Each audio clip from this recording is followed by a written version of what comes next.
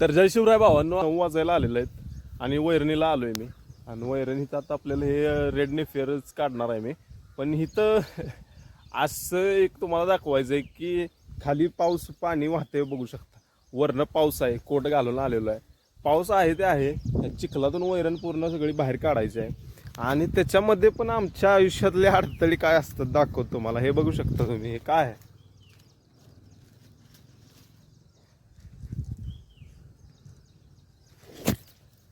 हे गांजीन माशीचं पोळं आहे इथं. आता हे जर चावलं ना, हे गांजीन माशीचं पोळं जर चावलं तर चांगला एक असा एवढा मोठा असा टेंगूळ कुठे चावल तिथं उठतो आणि सुजतं ते.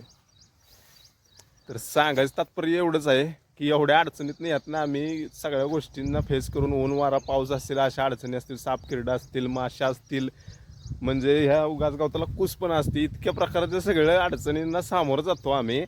आणि मग त्यातनं आम्ही दूध निर्माण करतो आणि ते दूध तुमच्यापर्यंत पोचवतो.